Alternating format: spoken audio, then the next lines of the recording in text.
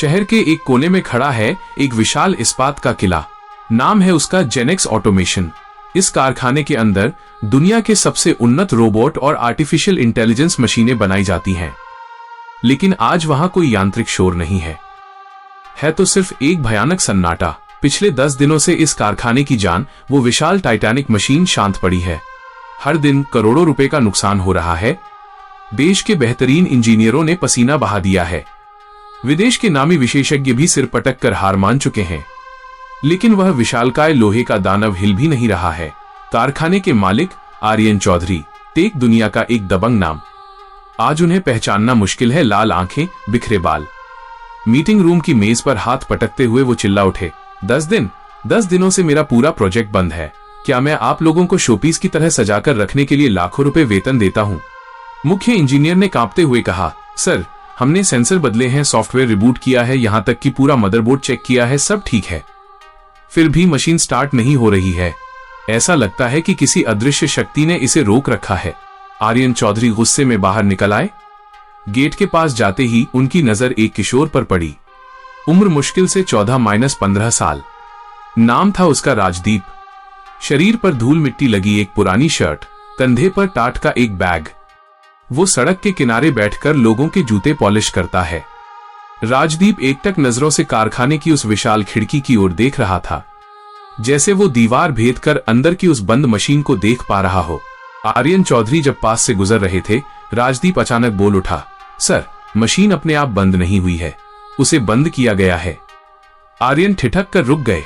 एक पल के लिए उन्हें लगा कि ये लड़का क्या कह रहा है, लेकिन अगले ही पल तिरस्कार भरी हंसी हंसते हुए बोले, जूते पॉलिश करो बच्चे, बड़ों के मामले में टांग मत अड़ाओ।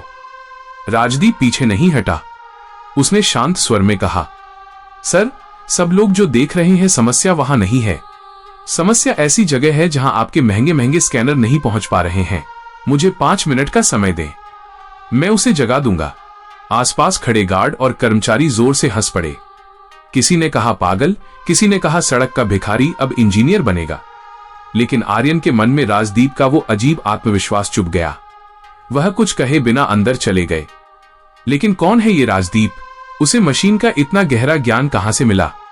दोस्तों, राजदीप की पहचान जितनी साधारण लग रही है, उसकी आड़ में छिपा है एक दर्दनाक और रोमांचक अतीत।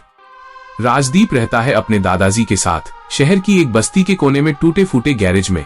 उसकी मां बहुत पहले मर चुकी है और उसके पिता, राजदीप जानता ही नहीं कि उसके पिता कौन है। उसकी मां ने सिर्फ इतना कहा था कि तेरे पिता बहुत बड़े आदमी हैं, लेकिन हमारे लिए वो मर चुके हैं। राजदीप के दादाजी एक समय के बेहतरीन मैकेनिक थे। रात के अंधेरे में दादाजी राजदीप को सिखाते थे कि इंजन की धड़कन कैसे महसूस की जाती है। दादाजी कहते थे, राजदीप, मशीन सिर्फ लोहा नहीं है रे, वो भी बात करती हैं। तू अगर दिल से सुनेगा तो वो खुद तुझे बताएंगी कि उन्हें कहां तकलीफ हो रही है। गैरेज का टूटा फूटा लोहा, लक्कड़, पुराना जनरेटर और ग्रीस लगे नट बोल्ट ही राजदीप के खिलौने थे। उसने कोई किताबी डिग्री नहीं ली थी, लेकिन वो मशीन को महसूस कर सकता था। अगली सुबह कारखाने में फिर हलचल मच गई। सायरन बज रहे हैं, सिस्टम क्रैश होने की कगार पर है। इंजीनियर हताश हैं। आर्यन चौधरी बेताब होकर गेट के बाहर आए। देखा, राजदीप आज भी वहीं बैठा है। आर्यन ने कहा, अंदर चलो, अगर ठीक कर पाए तो जो मांगोगे वो दूंगा, और अगर कोई नुकसान हुआ तो पुलिस के हवाले कर दूंगा। राजदीप उठ खड़ा हुआ। उसकी आंखों में कोई डर नहीं था। वो कारखाने के अंदर दाखिल हुआ। चारों तरफ वातानुकूलित एसी, महंगी महंगी लैब, चमकती टाइल्स और बीच में खड़ा वो बेजान टाइटन एक्स। राजदीप मशीन के चारों ओर एक बार घूमा। उसने कोई स्क्रीन नहीं देखी, किसी तार को नहीं हुआ। उसने सिर्फ मशीन पर कान लगाकर कुछ सुनने की कोशिश की। अचानक उसने एक पॉइंट पर उंगली रखी। इंजीनियर मजाक उड़ा रहे थे, देखिए सर, सड़क का लड़का अब जादू मंत्र से मशीन ठीक करेगा। लेकिन राजदीप की अगली बात सुनकर पूरे हॉल में सबका खून जम गया। राजदीप ने कहा, सर, ये मशीन बीमार नहीं है, इसे जहर दिया गया है। आपके अंदर ही कोई एक है जो नहीं चाहता कि ये मशीन फिर कभी चले। आर्यन चौधरी स्तब्ध होकर राजदीप की ओर देखते रह गए। कौन है वो गद्दार, और राजदीप को इस गुप्त साजिश के बारे में कैसे पता चला? जानने के लिए देखिए हमारी इस कहानी का दूसरा और अंतिम भाग। पूरे कारखाने में पिन ड्रॉप सन्नाटा, पूरी खामोशी था। राजदीप की एक बात से सबके पैरों तले जमीन खिसक गई। आर्यन चौधरी ने डांटते हुए कहा, क्या कहना चाहते हो? साफ साफ बताओ राजदीप। राजदीप ने एक स्क्रूड्राइवर मांगा। अपमान के साथ एक इंजीनियर ने उसे उसकी ओर फेंक दिया। राजदीप ने मशीन के पीछे का एक छोटा पैनल खोला। उसे खोलते ही देखा गया कि मेन कंट्रोल यूनिट के अंदर बहुत बारीकी से पॉजिटिव और नेगेटिव तारों को बदल दिया गया है, साधारण आंखों से जिसे पकड़ना नामुमकिन था। राजदीप ने कहा, ये देखिए सर, यह काम कोई यांत्रिक खराबी नहीं है, यह सधे हुए हाथों की कारीगरी है। इन तारों को इस तरह लगाया गया था कि मशीन स्टार्ट होते ही इंटरनल ब्लास्ट, आंतरिक विस्फोट हो और पूरा प्रोजेक्ट नष्ट हो जाए। आर्यन चौधरी की आंखें गुस्से से लाल हो गईं। उन्होंने इशारा किया और सिक्योरिटी हेड अंदर आ गए। राजदीप तब शांति से तारों को ठीक कर रहा था। मात्र 5 मिनट। राजदीप की उंगलियां जैसे जादू की तरह काम कर रही थीं। राजदीप उठ खड़ा हुआ और बोला, सर अब बटन दबाइए। सबका दिल धक धक कर रहा था। आर्यन चौधरी ने कांपते हाथों से हरा बटन दबाया। 1 सेकेंड, 2 सेकेंड, 5 सेकेंड। अचानक मशीन स्टार्ट होने की जोरदार आवाज आई। पूरा कारखाना कांप उठा। टाइटन्स अपनी पूरी शक्ति के साथ गरज उठा। स्क्रीन पर सिग्नल आया, सिस्टम हेल्दी। इंजीनियरों ने शर्म से सिर झुका लिया। आर्यन चौधरी राजदीप के सामने जाकर खड़े हो गए। उनकी आंखों में आंसू थे। उन्होंने कहा, राजदीप, तुमने आज सिर्फ मेरी कंपनी नहीं, मेरा सम्मान बचाया है। बोलो तुम्हें क्या चाहिए? राजदीप ने सिर झुकाकर कहा, कुछ नहीं सर, बस मेरी मां के इलाज के लिए कुछ पैसों की जरूरत थी और मैं आपसे एक बात पूछना चाहता हूं। आर्यन हैरान होकर बोले, क्या बात? राजदीप ने अपने बैग से एक पुरानी धुंधली हो चुकी ब्लैक एंड व्हाइट फोटो निकाली। फोटो में एक नौजवान आर्यन चौधरी के साथ एक सुंदर महिला खड़ी थी। फोटो देखकर आर्यन जैसे बिजली के झटके से हिल गए। ये तो 15 साल पहले की फोटो है, उनकी पत्नी अनुराधा के साथ ली गई आखिरी फोटो। आर्यन चीख पड़े, ये फोटो तुम्हें कहां से मिली? राजदीप ने कांपते स्वर में कहा, ये मेरी मां की फोटो है।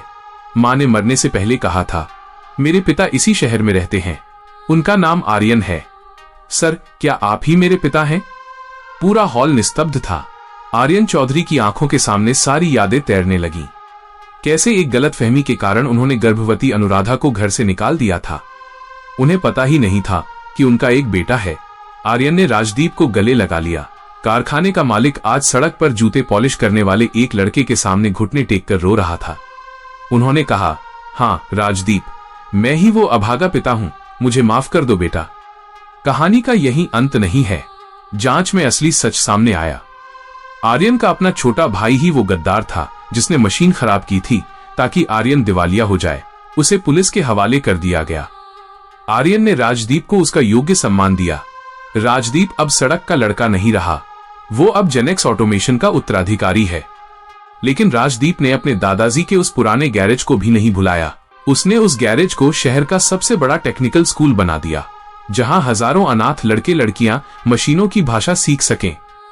राजदीप ने साबित कर दिया कि प्रतिभा किसी महंगे स्कूल या डिग्री की मोहताज नहीं होती। प्रतिभा इंसान के अंदर उसकी एकाग्रता में होती है। दोस्तों, राजदीप की ये लड़ाई आपको कैसी लगी? क्या आप भी विश्वास करते हैं कि इंसान के अंदर की इच्छा शक्ति सब बाधाओं को जीत सकती है? तो आप किस जगह से देख रहे हैं, ये कमेंट में बताना न भूलें। कमेंट में जरूर बताएं और वीडियो अच्छी लगी हो तो लाइक और शेयर करना न भूलें।